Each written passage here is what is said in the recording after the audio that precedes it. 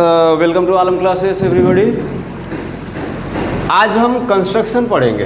Construction क्या होता है? जैसा कि हमको नाम से पता है, कंस्ट्रक्शन मतलब होता है किसी भी चीज़ को बनाना, तैयार करना, है ना। नया निर्माण को ही हम लोग इंग्लिश में क्या बोलते हैं? Construction, right. तो अगर हम क्लास 10th का बात करें वेस्ट बंगाल बोर्ड में, तो वेस्ट बंगाल बोर्ड में कंस्ट्रक्शन से 3 ऐसे चैप्टर्स हैं जिन तीनों से ही आपको क्वेश्चन आ सकता है आपके माध्यमिक के टाइम में। और ये जो क्वेश्चंस रहेंगे इनका जो वेटेज रहेगा 5 नंबर का रहेगा। मतलब अगर आप कंस्ट्रक्शन अच्छे से समझ गए तो आपको कितना नंबर मिलना फिक्स है? 5 नंबर आपको मिल जाएंगे। और कंस्ट्रक्शन का क्या है ना कि बहुत सारे स्टूडेंट इसको बहुत ऐसे लेते हैं कि क्या ना क्या है, बहुत टफ है, शायद कुछ समझ में नहीं आ रहा है, या थोड़ा सा दिमाग पे प्रेशर जब ज़्यादा पड़ता है तो लगते हैं याद करने। तो पहला गलती तो हम करते हैं हमेशा कि कंस्ट्रक्शन को याद करते हैं। वो नेक्स्ट टू इम्पॉसिबल है कि वो अगला किस तरह का क्वेश्चन देगा और हम कितना क्वेश्चन याद करेंगे। तो मैथमेटिक्स में याद करने जैसा ऐसा कुछ है नहीं बहुत ज़्यादा। तो यहाँ देख लेते हैं पहले 3 ऐसे क्या क्या चैप्टर्स हैं कि जिनमें कंस्ट्रक्शन दिया हुआ है। ठीक है, नंबर 11, ठीक है, आपके मैथ बुक का chapter number 11 West Bengal board, हाँ, West Bengal board of secondary education. तो यहाँ मैथ का आपका चैप्टर नंबर 11 में क्या मिलता है? Construction of circum circle and in circle. तो सर्कम सर्कल को हम लोग किस नाम से जानते हैं? सर्कम। कभी भी ये टर्म यूज होता है सर्कम, उसका मतलब होता है बाहर, जिसको हम लोग हिंदी या बंगला में परिवृत्त के नाम से जानते हैं। क्या नाम से जानते हैं हम लोग? परिवृत्त के नाम से जानते हैं, है ना। परिवृत्त के नाम से हम लोग जानते हैं। परि मतलब होता है बाहर। तो सर्कम सर्कल अगर बोल रहा है विच मीन्स, और किस पे सर्कम सर्कल बना रहा है? वो ट्रायंगल पे बना रहा है। तो किसी भी तरह का आपको ट्रायंगल देगा और बोलेगा इसका परिवृत्त बनाओ, तो वो जो वृत्त बनेगा वो कहाँ बनेगा? उस त्रिभुज के बाहर बनेगा, राइट, लाइक दैट ओनली। अगर इन सर्कल बोलता है तो इन मतलब क्या होता है? What is the meaning of in? अंदर, है ना। तो वहीं से एक नया शब्द आया है जिसको हम लोग बोलते हैं अंतर्वृत्त। क्या बोलते हैं? अंतर्वृत्त। मतलब कहाँ पे है वो? किसी भी ट्रायंगल के अंदर जो वृत्त बनेगा उसको ही बोला जाता है इन सर्कल। ठीक है, तो मैं कोशिश करूँगा कि इंग्लिश टर्म्स को ज़्यादा टच करूँ, जो आपको आगे हेल्प करेगा। आप चाहे जिस भी मीडियम से हैं, वो चाहे आप हिंदी में हैं, बंगला मीडियम से हैं, इवन कि वेस्ट बंगाल बोर्ड में इंग्लिश मीडियम के भी स्टूडेंट्स होते हैं, इंग्लिश मीडियम का भी स्कूल होता है। तो हम इंग्लिश टर्म को ज़्यादा लेके चलेंगे क्योंकि आगे आने वाले लाइफ में हमको ये इंग्लिश टर्म ही हेल्पफुल होने वाले हैं, राइट। तो इसलिए हम ज़्यादातर बात करेंगे इंग्लिश टर्म्स के बारे में। अगला आता है construction of tangent to a circle. अगला चैप्टर है जो हमको पढ़ना है, construction of tangent to a circle. ये आपको चैप्टर नंबर मिलेगा 17 में। कितना चैप्टर है ये? चैप्टर नंबर 17 में आएगा आपको कि construction of tangent to a circle. Tangent क्या होता है? टेंजेंट मतलब होता है कोई भी, उसको हम लोग हिंदी या बंगला में बोलते हैं स्पर्शक, मतलब स्पर्श करता है कहीं पे जाके, उसको ही बोलते हैं हम लोग इंग्लिश में टेंजेंट। तो किसका टेंजेंट? सर्कल का। अब हमको किस तरह के कंस्ट्रक्शन के बारे में पढ़ना है? ऐसा कंस्ट्रक्शन जहां पे एक सरल रेखा आएगा और ये जो हमारा सर्कल है इसको यहाँ टच किया, कहाँ पे टच किया, कैसे टच किया, उसके बारे में ही पढ़ना है ना। ये इधर से आया, ये टच किया, ठीक है, स्पर्शक के बारे में पढ़ना है। ठीक है, इससे भी रिलेटेड क्वेश्चंस आपको आ सकते हैं। अगला चैप्टर जो है वो हमको पढ़ना होगा चैप्टर नंबर, आपको अगला चैप्टर पढ़ना होगा चैप्टर नंबर 21। आपको अगला जो चैप्टर पढ़ना होगा 21 में, वहां क्या बोलता है? Determination of mean proportional. तो मीन मतलब क्या होता है? बीच में। क्या होता है? बीच में। ठीक है, मीन मतलब बीच में, ठीक है। और बीच में फिर क्या? प्रोपोर्शनल। प्रोपोर्शनल मतलब होता है कि ऐसे चीज के बारे में पढ़ना है, ऐसे सरल रेखा के बारे में पढ़ना है, ऐसे बिंदु के बारे में पढ़ना है, ऐसे स्थान के बारे में पढ़ना है जो क्या करता है? किसी भी चीज को 2 समान भाग में, समान पोर्शन में उसको डिस्ट्रीब्यूट करता है। तो क्या हो गया? डिटर्मिनेशन ऑफ मीन प्रोपोर्शनल, कि उस स्थान को डिटरमाइन करना है जहां से right side and left side दोनों क्या होगा? समान होगा। ठीक है, तो ये 3 तरह का ही कंस्ट्रक्शन है, हमको क्लास 10 में पढ़ना है। बट इन तीनों तरह के कंस्ट्रक्शन को पढ़ने से पहले हमको कुछ बेसिक चीजें जान के रखना जरूरी है कि कंस्ट्रक्शन करते कैसे हैं, कंस्ट्रक्शन करते वक्त हमको क्या क्या चीजों की जरूरत पड़ती है, कंस्ट्रक्शन करने के लिए हमारे पास क्या क्या इक्विपमेंट्स होने चाहिए। तो आज हम सारी चीजों के बारे में विस्तार से बात करेंगे। ठीक है, तो कंस्ट्रक्शन करने के लिए हमको क्या चाहिए होता है? हम जब घर का कंस्ट्रक्शन करते हैं तो हमको क्या चाहिए होता है? जैसे हम घर का कंस्ट्रक्शन करते हैं तो हमको अच्छा मिस्त्री चाहिए, पहला चीज। अब अच्छा मिस्त्री है लेकिन उसके पास अच्छा हथियार नहीं है, हाँ, उसके पास वो करनी नहीं है, हथौड़ी नहीं है, उसके पास ये नहीं है, कढ़ाई नहीं जिसमें मसाला लेगा, कुदाल नहीं है, फावड़ा नहीं है, तो वो अच्छा मिस्त्री क्या करेगा? उसको बहुत टैलेंट है उस मिस्त्री को, पर उसके पास अच्छा हथियार नहीं है, अच्छे इक्विपमेंट्स नहीं है, राइट? अच्छा इक्विपमेंट खरीद के दे दिया और मिस्त्री अच्छा नहीं है, तो क्या करेगा? पूरा ऑटोमेटिक इक्विपमेंट है, मिस्त्री ही नहीं है, क्या फायदा है? अच्छा कंस्ट्रक्शन होगा? तो जैसे एक घर का कंस्ट्रक्शन करने के लिए, छोटा से छोटा, बड़ा से बड़ा कंस्ट्रक्शन करने के लिए अच्छा मिस्त्री और अच्छा इक्विपमेंट दोनों का जरूरत होता है। तो आपको अच्छा मिस्त्री बनाने की जिम्मेदारी मेरी है, पर आपको तो कम से कम अच्छे इक्विपमेंट्स लेके आने होंगे, है ना? हम कपड़ों पे कितना खर्चा करते हैं, हम रेस्टोरेंट्स पे कितना खर्चा करते हैं? बहुत खर्चा करते हैं पूरा साल में, है ना? एक बार तो अभी आज के डेट में कहीं रेस्टोरेंट घूमने जाओ तो बेयर मिनिमम 200-500 रुपया का बिल तो दो आदमी के बीच में आ ही जाता है, वो बहुत नॉर्मल है। पर जो एक इक्विपमेंट हमको पूरा जिंदगी काम आने वाला है, जो एक इक्विपमेंट हमको हमारे एग्जाम में बहुत बड़ा फ्रेंड साबित होने वाला है, उस पर हम लीस्ट अमाउंट खर्च करते हैं, ठीक है? तो कभी भी जब आपने पढ़ाई लिखाई से रिलेटेड कोई भी इक्विपमेंट खरीदो, वो चाहे पेन ही क्यों ना हो, पेंसिल ही क्यों ना हो, वो चाहे किसी भी तरह का इक्विपमेंट हो, अगर आपके पढ़ाई से रिलेटेड है तो दुनिया का बेस्ट से बेस्ट सामान खरीदने की कोशिश करो, वो आपको सारी जिंदगी हेल्प करने वाला है, राइट? तो आज हम कुछ जो जरूरी इक्विपमेंट्स है उसके बारे में बात कर लेंगे। सबसे पहले, कंस्ट्रक्शन करने के लिए हमारे पास एक छोटा स्केल चाहिए और एक बड़ा स्केल चाहिए। आप में से किसी के पास बड़ा सा स्केल है तो दे दो मुझे। कंस्ट्रक्शन करने के लिए हमारे पास एक छोटा स्केल चाहिए और एक बड़ा स्केल चाहिए। इट्स बेटर कि हमारे पास एक स्केल जो है ये फाइबर वाला हो और एक स्केल जो है वो स्टील वाला हो, क्योंकि वो भारी होता है, और भारी स्टील स्टील का जो स्केल होता है वो हमको कंस्ट्रक्शन में काफी जगह हेल्प करता है, पेपर को हिलने नहीं देता है जल्दी, ठीक है? फिलहाल हम समझ लेते हैं, एक छोटा स्केल चाहिए, एक बड़ा स्केल चाहिए, एकदम बेयर मिनिमम रिक्वायरमेंट। दूसरा रिक्वायरमेंट जो है हमारा, एक क्या चाहिए, इसको हम लोग क्या बोलते हैं? कंपास। तो एक कंपास चाहिए, बेस्ट से बेस्ट क्वालिटी का कंपास हमको चाहिए कंस्ट्रक्शन करने के लिए, ठीक है? अच्छा क्वालिटी का कंपास खरीदेंगे। एक हमको हमारे ज्योमेट्री बॉक्स में ये कंपास की तरह ही दिखने वाला एक और इक्विपमेंट होता है जिसको हम पूरा जिंदगी में कभी यूज नहीं करते, जिसको बोला जाता है डिवाइडर। क्या बोला जाता है? डिवाइडर, ठीक है? इसका काम ही क्या है? डिवाइड करना। तो इसका काम, एक तो हो गया कंपास, और कंपास की तरह दिखने वाला ही एक और इक्विपमेंट है डिवाइडर, ये भी चाहिए अपने को। ये दोनों चीज अच्छा क्वालिटी का होना चाहिए। और क्या चाहिए हमको? दो पेंसिल चाहिए, एक पेंसिल जो हमेशा हमारे किस में रहेगा? कंपास में रहेगा, और एक पेंसिल जो हमेशा हमारे हाथ में रहेगा। एक जो हमारे हाथ में होगा और एक हमारे किस में होगा? कंपास में होगा। कंस्ट्रक्शन करते वक्त एक और चीज का ध्यान रखेंगे कि जो पेंसिल हमारे कंपास में होगा वो ज्यादा डार्क नहीं होना चाहिए, कि उसको हम इजीली इरेज कर पाए, उसके जो मार्किंग्स होंगे उसको हम इजीली इरेज कर पाए, ये हमको ध्यान रखना होगा।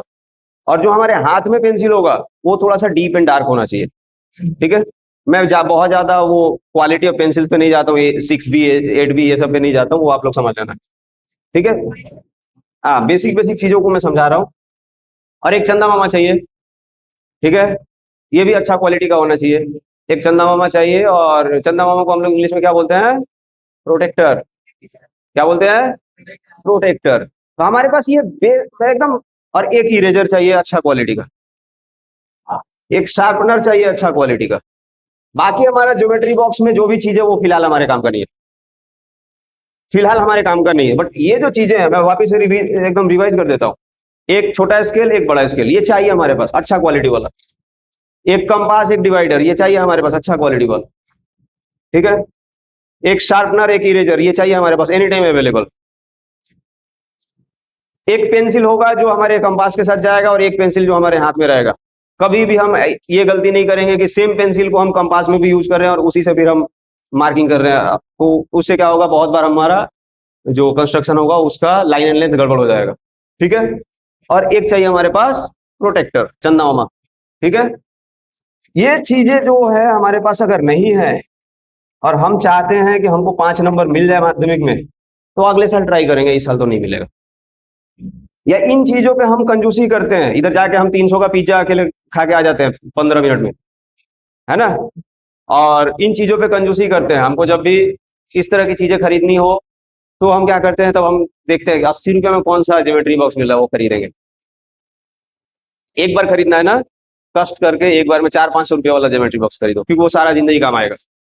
ठीक है, ये बेसिक चीजें हैं, ये हमको चाहिए, बट ये थोड़ी देर बाद चाहिए। तो ये हो गया हमारा इक्विपमेंट।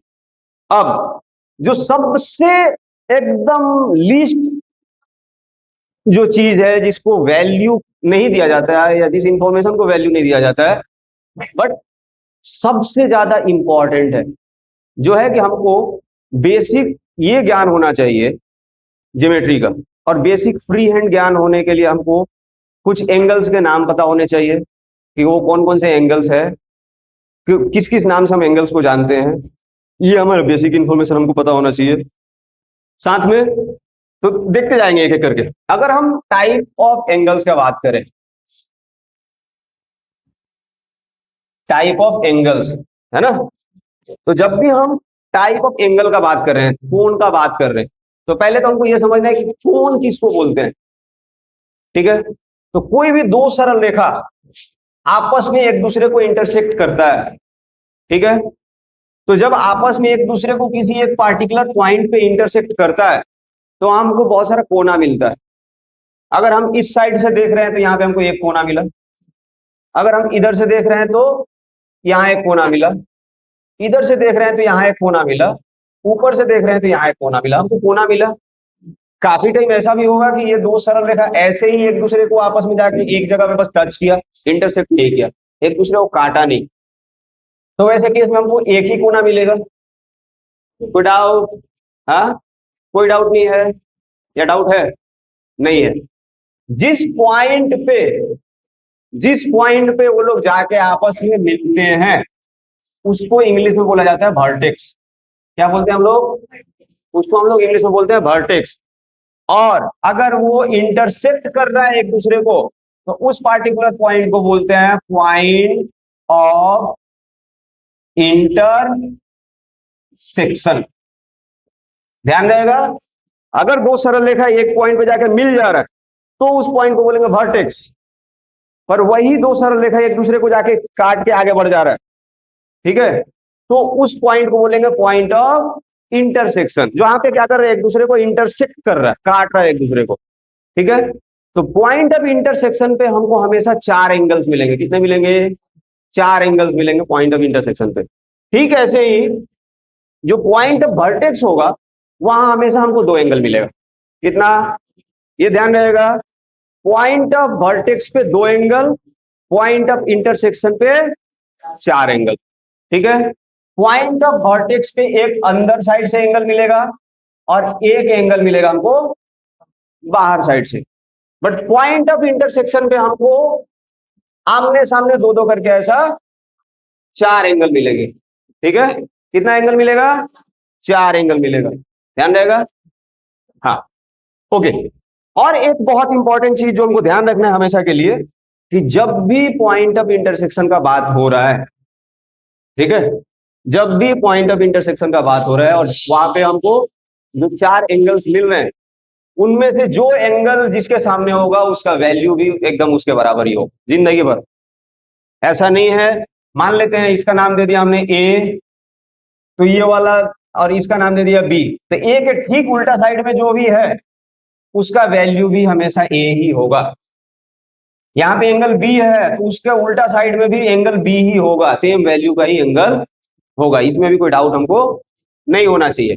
और जैसे ही हम, चल नाम दे देते A1 A2 B1 और B2, है ना, तो A1 और A2 B1 और B2 इन चारों को जब आपस में जोड़ेंगे, A1 A2 B1 B2, तो ये हमेशा 360 डिग्री का एंगल देगा हमको। कितना डिग्री का एंगल देगा? ये हमेशा 360 डिग्री का एंगल देगा। ध्यान रहेगा। और जब भी हम वर्टेक्स वाले पॉइंट पे एंगल्स को आइडेंटिफाई करेंगे, वैसे केस में भी दोनों को जब जोड़ेंगे तो वो हमको कितना डिग्री का एंगल देगा? वो भी 360 डिग्री का एंगल देगा। ठीक है, चल इसको मान लेते हैं हम लोग इनर एंगल बोला और इसको आउटर एंगल। ठीक है, अंदर वाले को इनर ए आई बोल दिया और बाहर वाले को ए ओ बोल दिया, आउटर एंगल। इन दोनों को भी जब हम जोड़ेंगे ना, ए आई और ए ओ को जब हम जोड़ेंगे तो इसका भी टोटल वैल्यू कितना होगा, 360 डिग्री होगा। ठीक है, तो इससे हमको एक और चीज का यहाँ पे ज्ञान हो गया कि जब भी हम गोल घूम लेते हैं तो हमको कितना डिग्री का एंगल मिलता है, 360 डिग्री का एंगल मिलता है जब हम गोल घूम लेते हैं। ठीक है, यहाँ किसी भी तरह का हमको डाउट नहीं है। ठीक है, अब हम आगे बढ़ेंगे, टाइप ऑफ एंगल्स के बारे में पढ़ेंगे कि एंगल कितना टाइप का होता है ना। एंगल का टाइप जब तक हम नहीं जानेंगे, काफी सारी चीजें हमारे लिए थोड़ा सा टफ हो जाएंगी, है ना। कितने टाइप का होता है, तो 6 टाइप का होता है। कितने टाइप का होता है, 6 टाइप्स का होता है ना। नंबर 1 जो हमारा एंगल होगा उसको हम लोग क्या बोलेंगे, एक्यूट एंगल। नंबर 2 जो होगा उसको हम लोग बोलेंगे राइट एंगल। ठीक है, नंबर 2 जो होगा उसको हम लोग बोलेंगे राइट एंगल। नंबर 3 को बोलेंगे हम लोग ऑब्ट्यूज एंगल। ठीक है, क्या बोलेंगे हम लोग, ऑब्ट्यूज एंगल। नंबर 4 को हम लोग क्या बोलेंगे, स्ट्रेट एंगल। क्या बोलेंगे, स्ट्रेट एंगल। नंबर 5 को हम लोग बोलेंगे रिफ्लेक्स एंगल। क्या बोलेंगे हम लोग, रिफ्लेक्स एंगल। एंड नंबर 6 को हम लोग बोलेंगे कंप्लीट एंगल। ठीक है, क्या बोलेंगे, कंप्लीट एंगल। अब चलो सबका वैल्यू भी समझ लेते हैं, है ना। तो एक्यूट एंगल जो है वो क्या है, सबसे छोटा है हमेशा। अब किससे तुलना करेंगे छोटा होने का, तो हमेशा कंपैरिजन जो होगा वो ठीक उसके बाद वाला जो एंगल दिया रहेगा उससे कंपैरिजन करेंगे। ठीक है, तो एक्यूट एंगल जो है वो हमेशा क्या रहेगा, मान लेते हैं एक्यूट एंगल का हमने नाम दे दिया ए, तो ये एक्यूट एंगल जो है वो हमेशा क्या होगा, 90 डिग्री से छोटा होगा। ठीक है, 90 डिग्री से क्या होगा, छोटा होगा। एक्यूट एंगल को हिंदी में बोलते हैं न्यून कोण और बांग्ला में बोले सूक्ष्म कोण। ठीक है, हमको बांग्ला और हिंदी टर्म से ज्यादा जरूरी है इंग्लिश टर्म, क्योंकि हम आने वाले टाइम में माध्यमिक के बाद कंपटीशन किन लोगों से करने वाले हैं, पूरा दुनिया से। तो वहां पे हमारे रीजनल लैंग्वेजेस, रीजनल जो हमारी मातृभाषा है वो बहुत ज्यादा काम नहीं आएगी। मातृभाषा में से अगर हम सारी चीजों को बस याद रखेंगे तो हमको हमारे रीजन तक ही लिमिटेड रखेगा। बट अगर हम इंग्लिश टर्म को साथ साथ साइड बाय साइड हम इनहेंस करते जाते हैं तो हमारा जो कंपटीशन आगे जाके पूरा दुनिया से होने वाला है वहां हमको किसी भी तरह का दिक्कत नहीं होगा। ठीक है, तो हम कोशिश करेंगे ज्यादा से ज्यादा इंग्लिश टर्म को समझने का। जहां जरूरत पड़ेगा कि रीजनल वर्ड्स को रीजनल लैंग्वेजेस में समझाना जरूरी है तो समझाया जाएगा। राइट एंगल, तो राइट एंगल को हमने नाम चल दे दिया आर। राइट एंगल को हमने नाम दे दिया आर। अब आर का वैल्यू हमेशा क्या होगा, 90 डिग्री। राइट एंगल का वैल्यू हमेशा कितने डिग्री का होगा, 90 डिग्री का होगा। Like that only. हमने ऑब्ट्यूज एंगल का नाम दे दिया ओ। अब ऑब्ट्यूज एंगल क्या बोलता है, ऑब्ट्यूज एंगल बोलता है कि आपका ऑब्ट्यूज एंगल 90 डिग्री से बड़ा होगा और ऑब्ट्यूज एंगल जो है वो क्या होगा, 90 डिग्री से बड़ा होगा। ठीक है, लेकिन लेकिन क्या होगा, 180 डिग्री से कम होगा। मतलब 91 डिग्री से लेके 179 डिग्री के बीच में अगर एंगल है तो उसको हम लोग किस नाम से जानेंगे, ऑब्ट्यूज एंगल के नाम से जानेंगे। अब आता है हमारे पास स्ट्रेट एंगल। ठीक है, स्ट्रेट एंगल को हमने फिर से एस से नाम दे दिया। अब स्ट्रेट एंगल क्या बोलता है, सीधा रेखा, कोई भी सरल रेखा, है ना। स्ट्रेट मतलब सीधा, तो कोई भी सरल रेखा पे जो कोण बनेगा उसको ही हम लोग बोलेंगे स्ट्रेट एंगल। स्ट्रेट लाइन पे जो एंगल बनेगा उसी को हम लोग बोलेंगे स्ट्रेट एंगल, है ना। जिसको हम लोग हिंदी में क्या बोलते हैं, सरल कोण, बांग्ला में भी शायद सरल कोण ही बोलते हैं। तो स्ट्रेट एंगल हमेशा जो है वो कितना डिग्री का बनता है, 180 डिग्री का बनता है। कितना डिग्री का बनेगा, 180 डिग्री का बनेगा। अब आ जाते हैं रिफ्लेक्स एंगल। ठीक है, तो रिफ्लेक्स एंगल को समझो बहुत ही आसान तरीके से। कैसे, रिफ्लेक्स वर्ड आया है रिफ्लेक्शन से, कहां से आया है? रिफ्लेक्शन से आया है, रिफ्लेक्स वर्ड, है ना। और रिफ्लेक्स एंगल क्या कहता है? जैसे हम लोग जब खुद को लुकिंग मिरर में देखते हैं, आईने में देखते हैं, तो क्या पाते हैं? रिफ्लेक्शन पाते हैं खुद का। तो हमने ये रिफ्लेक्स एंगल के पहले जो चार अलग अलग एंगल्स पढ़े हैं, उसके जो वैल्यूज हैं, उसको अगर हम लोग आईने में पुट करते हैं, आईने के सामने रखते हैं, तो क्या मिलेगा? उसका रिफ्लेक्शन मिलेगा, उसका ठीक उल्टा मिलेगा, है ना। तो अगेन रिफ्लेक्स एंगल बोलता है, चल मान लेते हैं रिफ्लेक्स एंगल को हमने आर नाम दे दिया। क्या नाम दिया? आर। तो रिफ्लेक्स एंगल जो है वो बोलता है कि वो क्या होगा? 180 डिग्री से बड़ा होगा, लेकिन 360 डिग्री से, जैसे हमने एक यहां से 0 डिग्री से शुरू किया, घूमते घूमते 180 डिग्री पे आए, अब यहां पे हमने एक आईना बिठा दिया, तो ये 0 से लेके 180 डिग्री तक हमने क्या क्या पढ़ा? एक्यूट एंगल पढ़ा, राइट एंगल पढ़ा, ऑब्ट्यूज एंगल पढ़ा और स्ट्रेट एंगल पढ़ा। यहाँ एक आईना फिट कर दिया, अब अभी तक जो पढ़ा है उसका ही उल्टा दिखा रहा है, उसका ही रिफ्लेक्शन दिखा रहा है। तो उसका रिफ्लेक्शन कौन दिखाता है? रिफ्लेक्स एंगल दिखाता है। अब रिफ्लेक्स एंगल का वैल्यू क्या होगा? 180 डिग्री से ज्यादा होगा, क्योंकि तभी रिफ्लेक्शन आना शुरू होगा, और 360 डिग्री से कम होगा। क्यों कम होगा? कि जैसे ही 360 डिग्री तक पहुंचेगा, मतलब जो हमारा राउंड लगाना है वो क्या हो गया? कंप्लीट हो गया। और जब हमारा राउंड लगाना कंप्लीट हो गया, तो उसको हमने नाम दे दिया कंप्लीट एंगल, जिसको हमने सी से डिनोट किया। और कंप्लीट एंगल का value will always be 360 degree. ठीक है। तो हमको ये, जब तक ये 6 टाइप के एंगल्स के बारे में नहीं पता होगा, ये 6 टाइप के एंगल्स के वैल्यूज के बारे में नहीं पता होगा, फिर बहुत ज्यादा फायदा नहीं है। ठीक है। ऊपर ऊपर से कितना भी रट लेंगे हम लोग, अंतर्वृत्त, परिवृत्त, ये क्वेश्चन वो, कितना क्वेश्चन याद करोगे हम भी देखेंगे, है ना।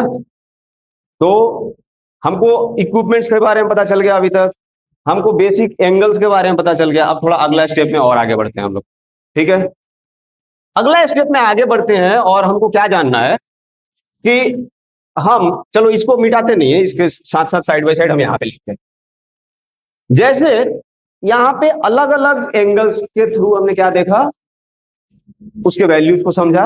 अब हमको ये समझना है कि ट्रायंगल्स कितने होते हैं और कैसे आइडेंटिफाई करते हैं ट्रायंगल्स को। ठीक है। ट्रायंगल्स कितने होते हैं और कैसे आइडेंटिफाई करते हैं? तो ट्रायंगल्स को आइडेंटिफाई करते हैं। ट्रायंगल्स यूजुअली, ट्रायंगल भी 6 टाइप का होता है। कितना टाइप का होता है? 6 टाइप का ही होता है, जिसमें से 3 जो टाइप है, इसमें से 3 टाइप है वो आता है एज पर साइड। क्या आता है? 3 जो टाइप आता है वो एज पर साइड्स, उसके साइड्स के ऊपर बेस करके आता है हमारा वो 3 टाइप। बाकी जो 3 टाइप हमको मिलता है वो आता है एज पर एंगल्स। बाकी जो 3 टाइप मिलेगा वो हमको मिलेगा एज पर एंगल्स। ठीक है। ट्रायंगल में हमको 6 टाइप मिलेगा, 3 टाइप मिलेगा एज पर साइड, और 3 टाइप मिलेगा हमको एज पर एंगल। ठीक है। यहां तक कोई दिक्कत आई थिंक नहीं होना चाहिए किसी को। आगे बढ़ते हैं। अब पहले हम पढ़ लेते हैं साइड्स के अकॉर्डिंगली वो कौन कौन से ये ट्रायंगल्स हैं। ठीक है।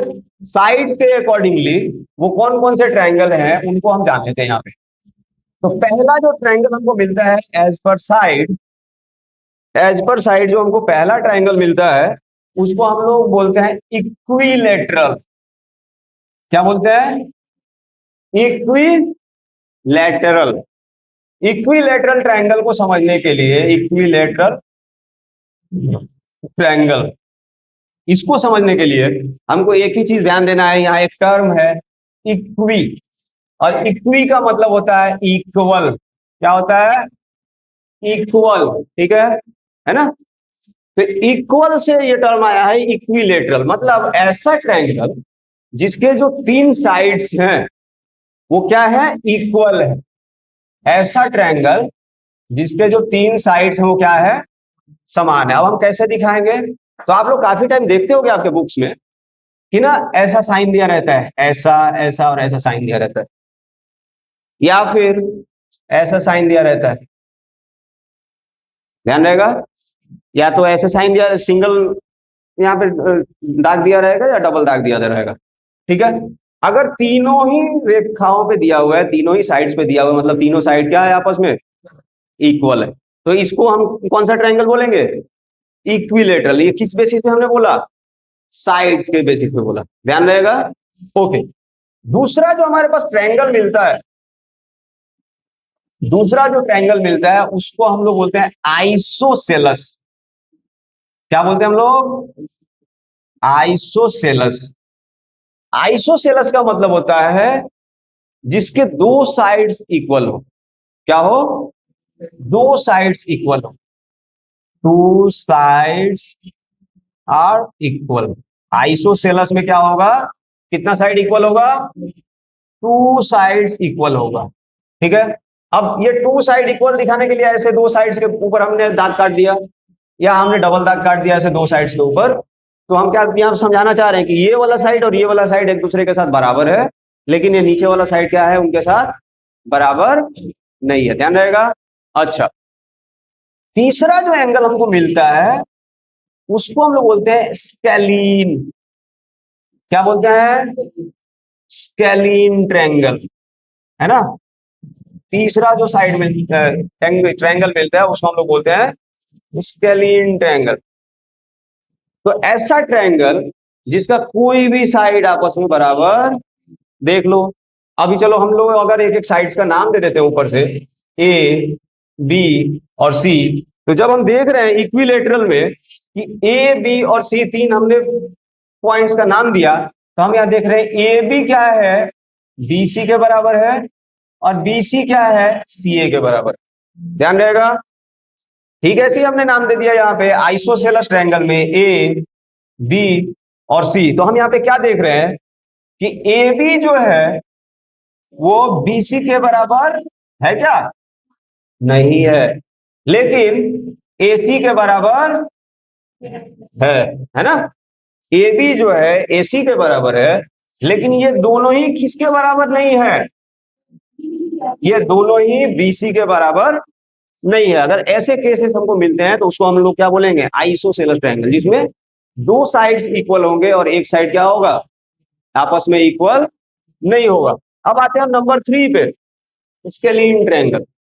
स्केलीन में अगर हम तीनों पॉइंट्स का नाम दे देते हैं ए, बी और सी, तो हमको ये ट्रायंगल देख के ही समझ में आ जाएगा कि इसके वैल्यूज जो है आपस में क्या है? इक्वल। मतलब ए बी जो है वो बीसी के बराबर नहीं है, बीसी जो है वो सीए के बराबर नहीं है, या ऐसा बोल सकते हैं तीनों ही एक दूसरे के बराबर नहीं है। तो एज पर साइड हमने तीन तरह के ट्रायंगल्स के बारे में पढ़े, है ना। और हमने एंगल्स को क्यों नहीं मिटाया है वो अभी हम समझेंगे, क्योंकि इसकी जरूरत हमको एज पर, जब हम एंगल पढ़ेंगे तीनों ट्रायंगल्स का तो उसकी जरूरत पड़ेगी। अब हम एज पर एंगल पढ़ लेते हैं। अभी हमने पढ़ा एज पर साइड्स। अब यहाँ पे तीन टाइप पढ़ते हैं। यहाँ पे जो तीन टाइप्स है उसको हम लोग क्या बोल रहे हैं? As per angles, as per angles, है ना। तो एज पर एंगल जो हमको तीन टाइप मिल रहा है वो क्या क्या मिल रहा है? तो नंबर 1 जो हमको मिल रहा है वो ये मिलेगा कि हम देखेंगे उसमें कोई एक जो एंगल होगा पूरा ट्रायंगल में, वो कितना डिग्री का होगा? 90 डिग्री का होगा। और 90 डिग्री एंगल वाले ट्रायंगल को हम लोग किस नाम से जानते हैं? Right angle.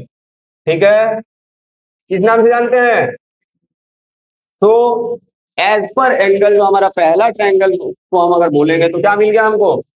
Right angle triangle. क्या मिल गया हमको? Right angle triangle. ऐसा ट्रायंगल जिसके तीनों में से एक ऐसा एंगल होगा जो क्या होगा? 90 डिग्री के इक्वल होगा। ठीक है, तो वो दिखेगा कैसे? ऐसा दिखेगा। ठीक है, कैसा दिखेगा? ऐसे दिखेगा। हम पॉइंट्स का नाम देते हैं अगेन ए, बी और।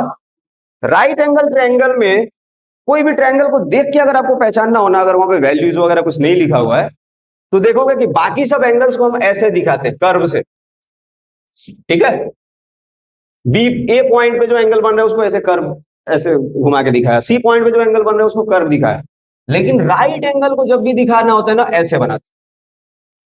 ये उसको अगर डीपली आइडेंटिफाई करोगे तो समझने का तरीका है कि जब भी हम राइट एंगल को समझ रहे हैं किस पॉइंट पे राइट एंगल बना हुआ है, तो वहां पे देखोगे एंगल को एक्सप्रेस करने के लिए इस तरह का साइन बनाया रहेगा, ना कि ऐसा कर्वी साइन। तो जहां पे भी इस तरह का साइन बनाया मतलब वो कितने डिग्री का एंगल बन रहा है, वहां पे 90 डिग्री का एंगल बन रहा है। अब यहाँ पे भले ही आपका 90 डिग्री लिखा हो कि ना लिखा हो, क्लियर है। और एक चीज, आपके जो एज पर साइड्स हैं, जो तीन ट्रायंगल्स हमने देखा, तो क्या हमारा राइट एंगल ट्रायंगल कभी कभी स्केलीन ट्रायंगल बन जाता है क्या, वो हम देखेंगे। तो हमारा स्केलीन ट्रायंगल बोलता है कि उसके कोई भी साइड्स आपस में इक्वल नहीं होंगे। अच्छा, राइट एंगल ट्रायंगल में जो हमारा तीन साइड दिया हुआ है उसका एक एक नाम है, जैसे ए बी का नाम है, बीसी का एक नाम है और सी ए का नाम है। क्या क्या नाम है? ए बी को हम लोग बोलते हैं परपेंडिकुलर। क्या बोलते हैं हम लोग? परपेंडिकुलर, है ना। इसको पी से एक्सप्रेस करते हैं। बीसी को हम लोग बोलते हैं बेस। क्या बोलते हैं? बेस। इसको बी से एक्सप्रेस करते हैं। और सी ए को बोलते हैं हम लोग हाइपोटेन्यूस। हाइपोटेन्यूस, इसको हम लोग एच से एक्सप्रेस करते हैं, ठीक है। तो यहाँ पे जो तीन साइड्स हैं, ये तीन साइड्स ही डिसाइड करेंगे कि कभी कभी हमारा जो राइट एंगल ट्रायंगल है, वो राइट एंगल ट्रायंगल एस्केलीन ट्रायंगल बन जाएगा। वही राइट एंगल ट्रायंगल कभी कभी आइसोसेलेस ट्रायंगल भी बन जाएगा। कैसे बनेगा वो हम साथ साथ में देखते जाते हैं, अलग से नहीं समझना पड़ेगा आपको, ठीक है। तो ए बी जब इसका ए बी साइड, कौन सा साइड? ए बी साइड, है ना, और बी सी साइड और सी ए साइड आपस में क्या होगा? बराबर नहीं होगा। उस केस में इसको हम लोग किस नाम से जानेंगे? इसी राइट एंगल ट्रायंगल को हम लोग तब एस्केलीन ट्रायंगल भी बोलेंगे, ठीक है। बट काफी टाइम आप ऐसा भी ट्रायंगल देखोगे जिसमें 90 डिग्री तो होगा, लेकिन उसके साथ साथ उसका ए बी और बी सी भी इक्वल हो। ऐसे ट्रायंगल्स भी आपको देखने मिलेंगे आप जब कंस्ट्रक्शंस करोगे, कि 90 डिग्री तो होगा, ठीक है। पहला चीज उसमें क्या मिलेगा हमको?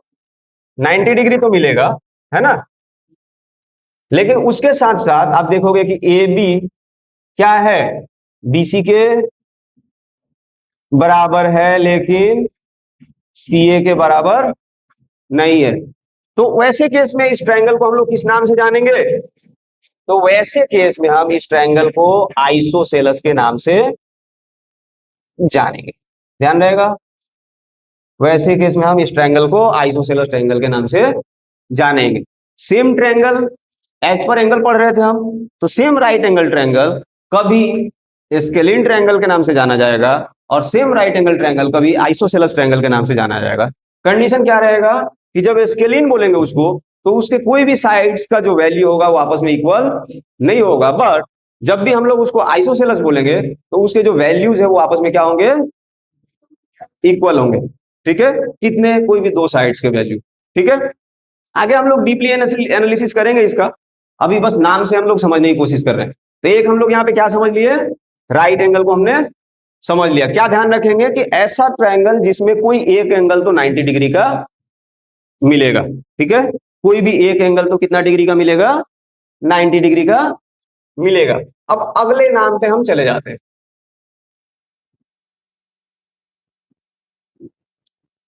अगला नाम है हमारे पास, ऐसे ही दूसरा जो नाम है उसको हम लोग एक्यूट एंगल ट्रायंगल के नाम से जानेंगे। अब एक्यूट नाम से ही हमको पता है क्या, कि ऐसा ट्रायंगल जिसमें हमको सारे ही एंगल 90 डिग्री से कम पे मिलेंगे। एकदम ध्यान रहेगा, हमको समझ में आएगा। एज पर एंगल बात कर रहे हैं, तो एक्यूट एंगल हम ऐसे ट्रायंगल को बोलेंगे जिसमें क्या होगा? सारे ही एंगल्स क्या होंगे? 90 डिग्री से कम होंगे। तो वो कैसा बनेगा भाई त्रिभुज? तो वो देख लो कि हमने सबसे पहले ही एज पर साइड एक ट्रायंगल बनाया था। एज पर साइड हमने एक ट्रायंगल बनाया था। तो जब भी देखोगे एज पर साइड एक ट्रायंगल, जिसको हम लोग इक्विलेटरल ट्रायंगल बोलते हैं, उसका तीनों ही साइड आपस में क्या था? इक्वल था।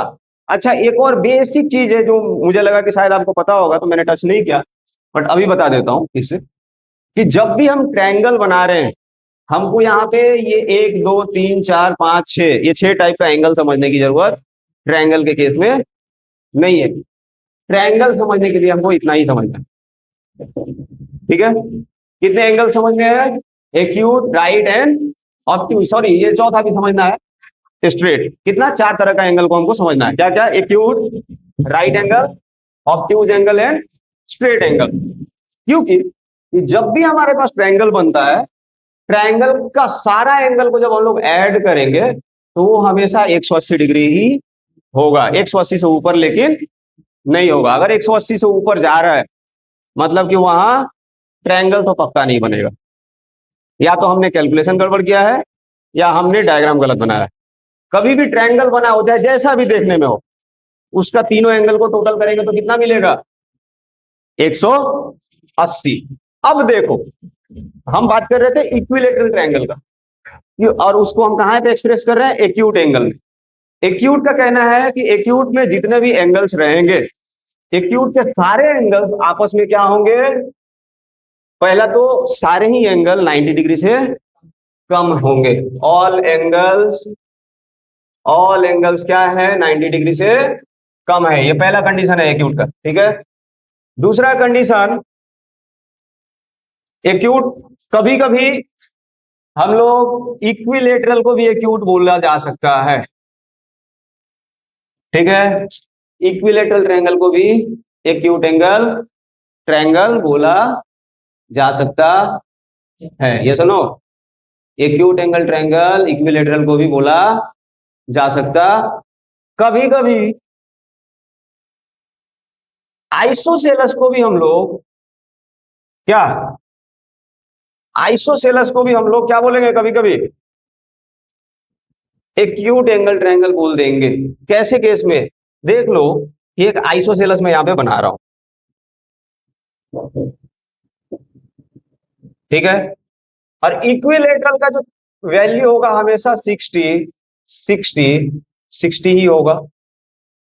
तो जब भी, पहले यहां पे समझ लो कि इक्विलेटरल ट्रायंगल जब तीन एंगल हमको दे रहा है और तीनों साइड्स इक्वल है आपस में, तो तीनों एंगल्स भी क्या है उसके? आपस में इक्वल है। और 60 प्लस 60 प्लस 60 180 डिग्री होता है। और वो चाहे कुछ भी हो जाए, दुनिया इधर का उधर हो जाए, ट्रायंगल में 180 डिग्री से ज्यादा हमको मिलेगा नहीं, ठीक है। और अगर साइड्स इक्वल हैं तो एंगल्स भी इक्वल होंगे, ठीक है। ऐसे ही आइसोसेलस क्या बोलता है कि दो साइड्स जो होंगे वो क्या होंगे? आपस में इक्वल होंगे, एक साइड इक्वल नहीं होगा। अब जो साइड है उसके ठीक ऑपोजिट वाला जो एंगल है उसको हम लोग देखेंगे। तो ये साइड के लिए ये अपोजिट वाला एंगल, ये साइड के लिए ये अपोजिट वाला एंगल। तो जो दो साइड आपस में इक्वल हैं, उनके ठीक अपोजिट वाले जो एंगल्स हैं वो दोनों आपस में भी क्या होंगे? बराबर होंगे। जो दोनों साइड्स अपोजिट हैं एक दूसरे के, उनके ठीक अपोजिट वाला जो एंगल बन रहा है वो भी आपस में क्या होगा? इक्वल होगा, ठीक है। तो यहाँ पे आइसोसेलस के केस में भी हम क्या देखेंगे कि आइसोसेलस के केस में भी हमारे जो तीनों एंगल्स अगर 90 डिग्री से कम है तो उसको हम लोग किस श्रेणी में रख पाएंगे? एक्यूट, ठीक है। बट आइसोसेलस कभी कभी क्या करता है कि वो दिखने में कैसा बन जाता है? राइट एंगल ट्रायंगल की तरह। यहां पे भी देखो आइसोसेलस ही है, मान लो इसका वैल्यू 5 सेंटीमीटर और इसका वैल्यू भी 5 सेंटीमीटर, दो साइड इक्वल हो गया। जैसे ही दो साइड इक्वल हुआ मतलब वो क्या, कौन सा ट्रायंगल बन गया? आइसोसेलस ट्रायंगल बन गया। दो साइड इक्वल हुआ, आइसोसेलस ट्रायंगल बन गया, समद्विबाहु जिसको बोलते हैं। तो दो साइड जैसे इक्वल हुआ, अब ये साइड का अपोजिट वाला एंगल ये वाला और ये साइड का अपोजिट वाला एंगल ये वाला। और राइट एंगल में हमको क्या पता है कि राइट एंगल में एक एंगल तो हमेशा 90 डिग्री का होगा। अब हमको ये भी पता है कि 180 डिग्री का टोटल एंगल ही होता है। टोटल एंगल को ऐड करेंगे तो 180 से ज्यादा मिलेगा नहीं, जिसमें से एक तो 90 डिग्री अकेले ही राइट एंगल वाला ले गया, जिसका आर बराबर 90 डिग्री हो गया। बचा कितना हमारे पास? 90 डिग्री। और क्या बोलता है कि हमारा आइसोसेलस में हमेशा ही दो साइड इक्वल है, और जो दो साइड इक्वल है उन दोनों साइड के अपोजिट वाला जो एंगल फॉर्म हो रहा है वो भी इक्वल होगा। और हमारे पास बचा हुआ एंगल 90 डिग्री का ही है, तो देख तो कितना बन रहा है? हाँ, 45 डिग्री ईच बन रहा है। पर ऐसे केस में क्या इसको हम लोग एक्यूट एंगल बोलेंगे? नहीं, क्योंकि यहां पे जो एक आइसोसेलेस हमको ऊपर मिला था, इसमें आप क्या देख रहे हो कि इसके जो दोनों एंगल्स आपस में बराबर हैं, पर वो बाई एनी मीन्स 90 डिग्री तो नहीं दिख रहे हैं। ठीक है, और जहां पे भी 90 डिग्री से कम है उसी को हम लोग एक्यूट एंगल बोलेंगे। तो यहाँ पे एक तो 90 डिग्री है, और यहाँ पे क्या है, यहाँ कोई भी 90 डिग्री नहीं है। ठीक है, यहाँ पे कोई भी 90 डिग्री नहीं है। तो जबकि यहाँ पे कोई भी 90 डिग्री, अब पहले ही बोल दिया गया कि all angle should be less than 90 degree. एक तो हमारा 90 डिग्री मिल रहा है। सेम आइसोसेलस एक जगह जाके एक्यूट बन गया और एक जगह क्या बन गया, राइट एंगल बन गया। कैसे ध्यान रखेंगे कि अगर उस आइसोसेलस में एक 90 डिग्री का एंगल फॉर्म हो रहा है तो वो राइट एंगल ट्रायंगल हो गया। अगर राइट एंगल ट्रायंगल नहीं फॉर्म हो रहा है तो उसको हम लोग एक्यूट एंगल ट्रायंगल बोलेंगे। यहां तक अगर क्लियर है तो हम लोग आगे बढ़ते हैं। ठीक है, तो एज पर साइड ये हमारा दो हो गया। ठीक है, अब जो लास्ट वन है,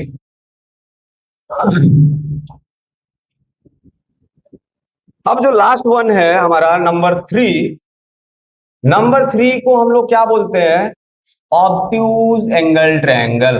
क्या बोलते हैं, ऑब्ट्यूज एंगल ट्रायंगल। अब हम जैसा कि ऑब्ट्यूज के बारे में जानते हैं, ऑब्ट्यूज का वैल्यू कितना होता है, 90 डिग्री से ज्यादा होता है, लेकिन 180 डिग्री से कम। अब ऐसे एंगल्स जो 90 डिग्री से ज्यादा होंगे, पर ऐसा ट्रायंगल जिसमें सब मिला के 180 डिग्री ही बनेगा, है ना। तो जब कोई ट्रायंगल में, मान लेते हैं इसको हमने नाम दे दिया ए बी और सी। ठीक है, एक यहाँ पे 110 डिग्री बन गया। ठीक है, यहाँ पे कितना डिग्री बन गया, 110 डिग्री का बन गया। यहाँ पे एक तो बन गया हमारे पास 45 डिग्री का एंगल। कितने डिग्री का, 45 डिग्री का एंगल एक तो बन गया। और एक तो एंगल हमारे पास बच गया 25 डिग्री का। ठीक है, पर ये देखो अगर हम लोग एज पर साइड जाए तो इस ट्रायंगल को हम लोग किस नाम से वहां पे पहचाने थे, इसके लिए विषम बाहु त्रिभुज के नाम से जाने थे। यहाँ देख के भी पता चल रहा है कि कोई भी साइड, यहाँ पे क्या है, ए बी साइड क्या बीसी के बराबर है, यहाँ पे ए बी साइड जो है वो बीसी के बराबर, बीसी साइड जो है वो सीए के बराबर, मतलब ये तीनों आपस में बराबर। अगर नहीं है तो वो स्केलिन ट्रायंगल हो गया। और स्केलिन ट्रायंगल में हमको क्या पता है, कोई भी साइड समान नहीं है, और जहां कोई भी साइड समान नहीं है वहां एंगल भी समान नहीं होगा। अब हमारे पास एक चीज तो रेस्ट्रिक्शन हमेशा है कि ट्रायंगल में 180 डिग्री से ज्यादा बनेगा नहीं। हमको क्या पता है कि जब भी हम ट्रायंगल्स का नाम एंगल्स के ऊपर बेस करके देते हैं तो हमको क्या क्या ध्यान रखना होता है। जैसे एक्यूट में हमने देखा था कि सारे ही एंगल्स क्या थे, 90 डिग्री से कम थे। राइट एंगल में देखा था कि कोई भी एक एंगल जो है 90 डिग्री के इक्वल है। ठीक है, ऐसी ऑब्ट्यूज में देखेंगे कि any one of the angles of the triangle will always be more than 90 degree at any cost. तो यहां देखो एक बना हुआ है हमारे पास 110 डिग्री, है ना। तो एक राइट एंगल से ज्यादा है, राइट एंगल से ज्यादा है ना। तो अगर 110 डिग्री मिल रहा है जो कि राइट एंगल से ज्यादा का वैल्यू रखता है, तो इसको हम किस नाम से जानेंगे, क्योंकि वो एंगल ऑब्ट्यूज है। तो डिसाइडिंग फैक्टर जब एज पर एंगल होगा तो क्या क्या होगा, क्या क्या देखेंगे हम। अब फटाफट रिवीजन कर लेते हैं। एज पर एंगल हमको डिसाइडिंग फैक्टर चेक करना है कि हम कैसे एज पर एंगल डिसाइड करेंगे कि ये कौन सा ट्रायंगल है। पहला चीज क्या देखेंगे एक्यूट के केस में, कि एक्यूट के केस में सारे एंगल्स 90 डिग्री से कम होंगे। बस एंगल का नाम हमको पता है, वही से हमको पता चल जा रहा है कि सारे एंगल्स हमारे 90 डिग्री से कम है अगर किसी ट्रायंगल में, तो उसको कौन सा ट्रायंगल बोलेंगे, हम एक्यूट एंगल ट्रायंगल बोलेंगे। ठीक है, अब राइट एंगल क्या बोलता है कि any one of the angle should be 90 degree. तो ऐसा ट्रायंगल जिसके बाकी दो कितने कितने के उससे मतलब नहीं है, पर एक एंगल हमेशा कितना डिग्री का होगा। और ऑब्ट्यूज क्या बोलता है कि any one of the angles are more than 90 degree but less than 180 degree, because 180 degree के बराबर या ज्यादा हो गया तो वो तो हमेशा स्ट्रेट लाइन फॉर्म करेगा, है ना, ट्रायंगल कैसे फॉर्म होगा। ठीक है, तो वो लेस देन 180 डिग्री हमेशा रहेगा, but it will be more than 180 degree, sorry more than 90 degree, more than 90 degree but less than 180 degree. ऐसे केसेस में उस ट्रायंगल को हम लोग किस नाम से जानेंगे, ऑब्ट्यूज एंगल। और एज पर साइड हमने क्या देखा अभी, एज पर साइड हमने ट्रायंगल्स के बारे में देखा कि एक होगा इक्विलेटरल, इक्वी मतलब बराबर, तो जिसके सारे साइड्स क्या होंगे आपस में बराबर होंगे। एक देखा हमने आइसोसेलस, आइसोसेलस टर्म कब यूज किया जाता है, जब दो साइड आपस में बराबर होते हैं पर तीसरा बराबर नहीं होता है, तो ऐसा ट्रायंगल जिसके दो साइड्स बराबर होंगे। और तीसरा क्या देखा है, स्केलीन।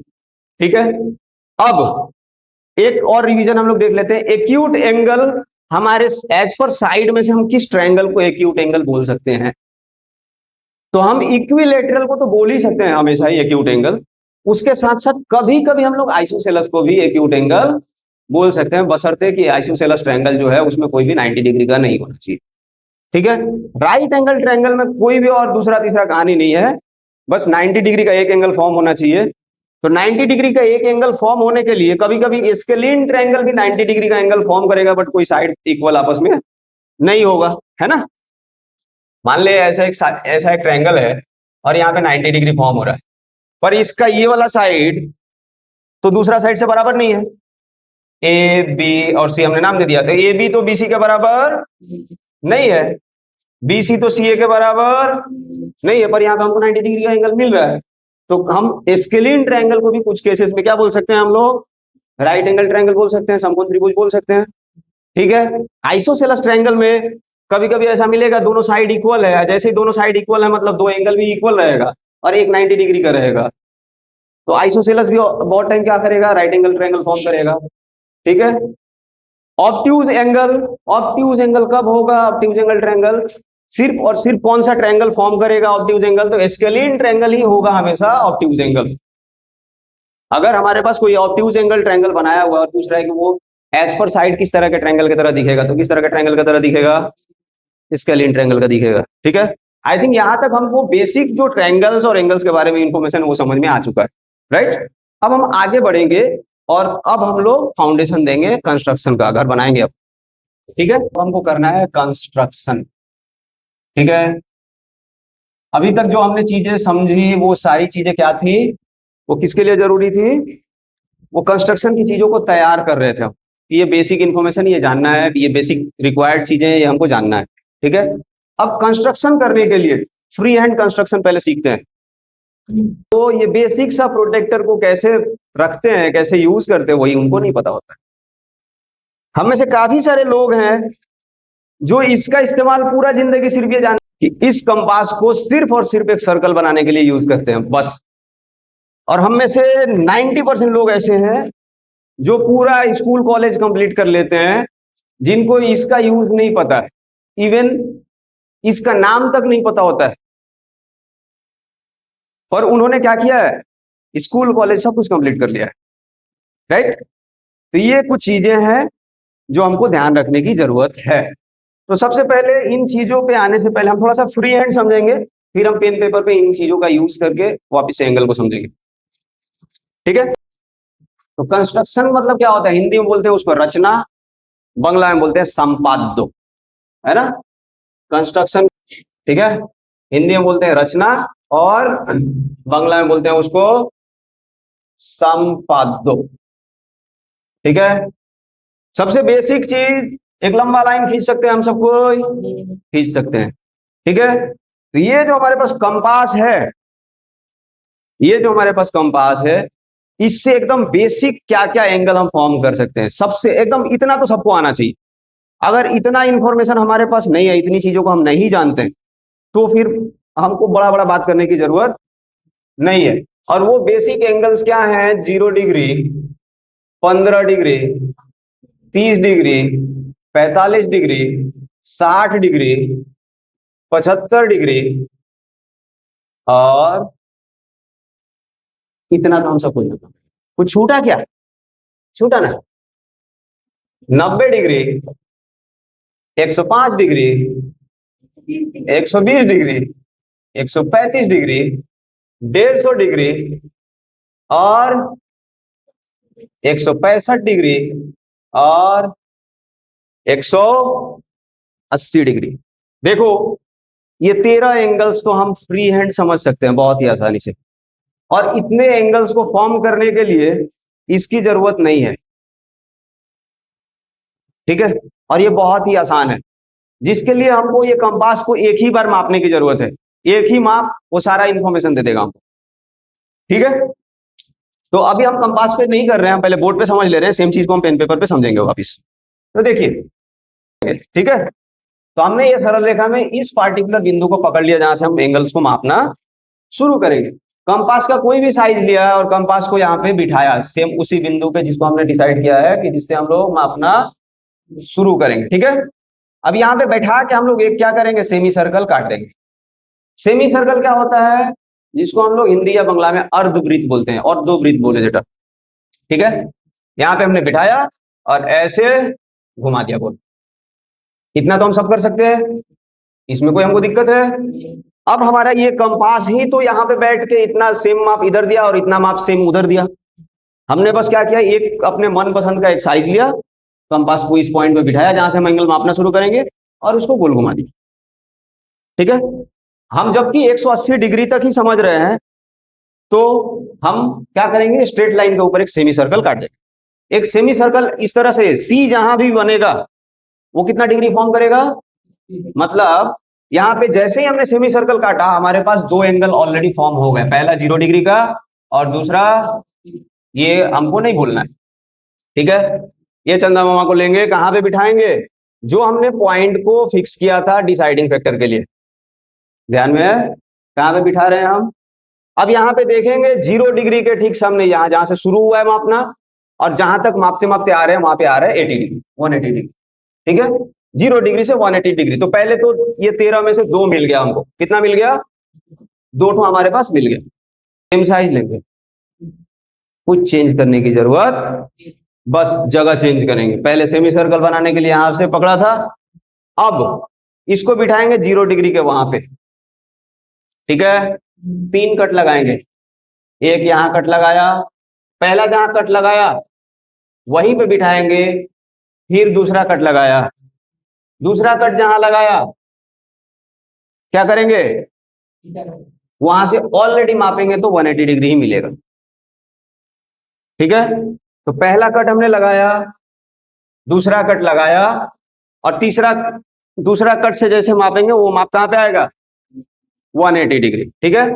अब ये जो दो कट्स लगे हैं, ये दोनों कट्स कितने कितने डिग्री के एंगल्स को फॉर्म कर रहे हैं, यहाँ पे ये 60 फॉर्म कर रहे हैं और ये यहाँ पे 120 डिग्री। हम काटते जाएंगे, 0 बन गया, 60 बन गया और 120 180 बन गया, ठीक है। यहां तक कोई डाउट है हमको, यहां तक हमको कोई डाउट नहीं। अब अगला, इन दोनों पॉइंट्स पे हम सेम साइज के कंपास को बिठाएंगे। कंपास का साइज सेम है, कुछ भी चेंज करने की जरूरत नहीं है।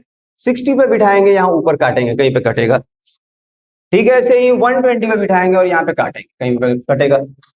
तो जहां पे कटेगा यहाँ पे बिठाया, यहाँ काट दिया, यहाँ पे बिठाया, यहाँ काट दिया, तो ये इधर से एक इधर काटा और इधर से एक इधर काटा, ये यहाँ पे जो पॉइंट हमको मिलेगा वो पॉइंट पे हम क्या करेंगे, बड़ा वाला स्केल को लेंगे, ऐसे बिठाएंगे और एक सरल रेखा हम खींच देंगे, ठीक है। अब ये जो सरल रेखा हमारे सेमी सर्कल पे जिस पॉइंट पे काटेगा वहां पे हमको कितना डिग्री का एंगल दे देगा, 90 डिग्री का एंगल। तो यहाँ एक चीज सीखने वाली हमको क्या मिली, पहला कि 0 पे बिठा के सेम साइज से हमने काटा, 60 मिला, 60 पे बिठा के 120 मिला, मतलब ये जो कट्स हैं हर कट्स के बीच में कितने डिग्री का एंगल फॉर्म हुआ है, 60 डिग्री करके एंगल फॉर्म हुआ है ना। 0 से लेके पहला कट 60 डिग्री, 60 डिग्री से दूसरा कट 120 डिग्री, मतलब बीच में 60 डिग्री, और 120 से 180 और एक 60 डिग्री। यहां तक हमको इजीली अगर समझ में आया तो आगे बढ़ते हैं। अब जैसे हमने 60 और 120 के पॉइंट्स को यूज करके 90 डिग्री मिला हमको, ठीक वैसे ही 0 और 60 डिग्री का पॉइंट यूज करेंगे, सेम प्रोसेस फॉलो करेंगे, तो यहाँ पे कट मिलेगा हमको, यहाँ पे बिठाएंगे 0 पे, है ना, यहाँ पे कंपास को ऐसे बिठाया, काट दिया, यहाँ पे बिठाया, यहाँ पे कंपास को काट दिया। तो यहाँ पे जैसे हम कंपास से काट रहे हैं एक पॉइंट मिला, और फिर हम जहां से मापना शुरू किए थे वहां पे रखेंगे और ऐसे करके क्या करेंगे, इसको मिला देंगे। तो ये सरल रेखा जहां पे जाके सेमी सर्कल को इंटरसेक्ट करेगा वहां पे हमको कितना डिग्री का एंगल फॉर्म हुआ? 30 डिग्री। एकदम यही वाला फॉर्मूला यूज करेंगे यहाँ पे, 120 पे और 180 पे बिठाएंगे तो एक इधर काटेगा और एक यहाँ काटेगा, और जैसे इन दोनों को हम आपस में यहाँ पे मिला देंगे, यहाँ पे हमको कितना डिग्री का एंगल मिल जाएगा? यहाँ पे हमको कितना डिग्री का एंगल मिल जाएगा? 100 एंड अब हमको जितना एंगल मिला है उसको काट लेते हैं, ठीक है। 0 मिल गया काट दिए, 30 मिल गया काट दिए, 60 मिल गया काट दिए हैं, 90 मिल गया काट दिए हैं, 120 मिल गया काट दिए हैं, 150 मिल गया काट दिए। अब देखो, हर कट के बीच में, हर कट के बीच में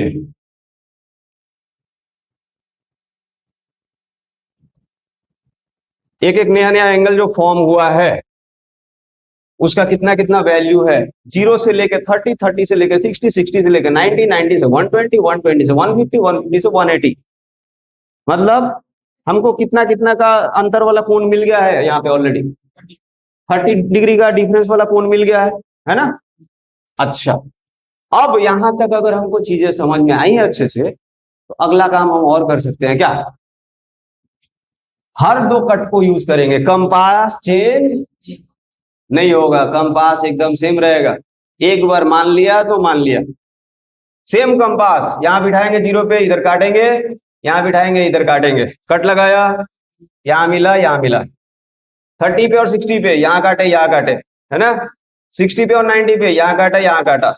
90 और 120 यहां काटा, यहां काटा। 120 150 यहां काटा, यहां काटा। 150 और 180 के बीच में यहां काटा और यहां से बिठा के यहां काटा। और हमने क्या किया? हमने फिर से बड़े वाले स्केल को लिया और सारे डॉट्स को मिलाते गए, मिला दिया, ठीक है। हमने फिर यहाँ पे मिला दिया, आगे बढ़े, यहाँ पे हमने मिला दिया, यहाँ पे हमने मिला दिया, आगे बढ़े, यहाँ पे हमने मिला दिया, आगे बढ़े, यहाँ पे हमने मिला दिया, आगे बढ़े, यहाँ पे हमने मिला दिया और हम आगे बढ़े। अब एक एक कट जो लगा है वो हमको यहाँ पे 15 डिग्री दे रहा है, यहाँ पे हमको 45 एंगल मिल गया क्या? यहाँ पे 0 मिला है, 15 मिला है, 30 मिला है, 45 मिला है, 75 मिला है, 105 मिल गया है। मिला है क्या? 105 मिल गया है। अब 135, 150, 165 और 180 तो पहले मिल गया था, ठीक है। यहां तक तो अभी तक हमने क्या सीख लिया कि हम 0 से लेके 180 के बीच में जो 13 एंगल है, कंपास को एक बार कोई एक साइज को फिक्स करके इतने एंगल्स को हम लोग फॉर्म कर सकते हैं। अब ये जो हमने तरीका सीखा, इसका मेन मोटिव ये नहीं है कि हम यहाँ 0, 15, 30, 45 ये सब एंगल यहाँ फॉर्म करके दिखाए। इसमें जो सीखने वाली सबसे इंपॉर्टेंट चीज ये थी कि जब सिर्फ और सिर्फ 45 डिग्री का एंगल फॉर्म करो कंपास के हेल्प से, इतने सारे लाइंस को नहीं खींचेंगे। फर्स्ट कट 60 वाले पे मारेंगे, है ना। सेमी सर्कल बनाया, फर्स्ट कट 60 वाले पे मारा, दूसरा 120 वाले पे मारा, लाइन नहीं खींचेंगे। यहाँ पे बिठाया, यहाँ पे बिठाया, यहाँ कट मारा, यहाँ कट मारा, सरल रेखा टान दिया, हमारा यहाँ पे 90 डिग्री फॉर्म हो गया। अब हमारा मेन मोटिव क्या है? बनाना कितने डिग्री का एंगल? 45 डिग्री का एंगल बनाना है। 45 डिग्री का एंगल बनाने के लिए 90 को आधा करना है बस। और 90 को आधा करने के लिए इस सेमी सर्कल पे एक 0 डिग्री के वहां पे और एक 90 डिग्री के वहां पे, दो जगह हम सेम साइज का कंपास को रखेंगे, रख के यहाँ काटा और यहाँ सरल रेखा मिला दिया। कितना डिग्री फॉर्म कर गया? 45 डिग्री फॉर्म कर गया। तो ऐसे सरकम सर्कल और तीन सर्कल के बारे में, है ना। मतलब परिवृत्त और अंतर्वृत्त के बारे में हमको सीखना है जहां पे। तो